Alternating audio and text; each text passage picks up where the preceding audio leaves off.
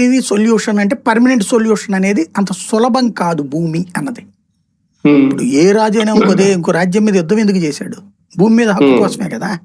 మంటలు ఎందుకు జరుగుతాయి? భూమి మీద హక్కు కోసమే కదా. ఆత్మహత్యలు ఎందుకు జరుగుతాయి? భూమి మీద హక్కు కోసమే కదా. ఇప్పుడు కూడా రియల్ ఎస్టేట్ మర్డర్ అంటే ఏంటి? భూమి మీద హక్కే కదా గొడవ. అంటే భూమి అనేది అంత ప్రాణంతో సమానం.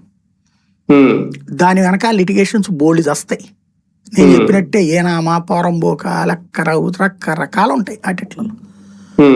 అవన్నీ సాల్వ్ చేయగలిగినటువంటి కెపాసిటీ ఇప్పుడున్న అధికారులకు ఉందా?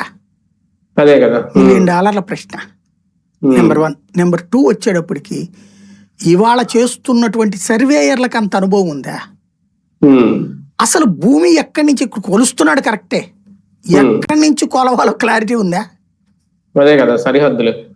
సరిహద్దు మన దాంట్లో పెడతాడండి, సుబ్బయ్య గారి ఇంటి పక్క నుంచి రామారావు గారి గోడ పక్క నుంచి అని.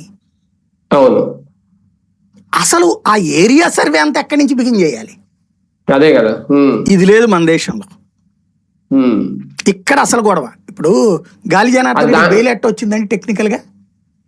గాలి జనార్దన్ రెడ్డి మన దగ్గర ఉన్నటువంటి అదేది బయ్యారం కాకుండా అక్కడ ఉన్నది కదా బ్రాహ్మణి స్టీల్స్ అవన్నీ ఉన్నది, గనులు ఉన్నాయి కదా ఆ ప్రాంతంలో.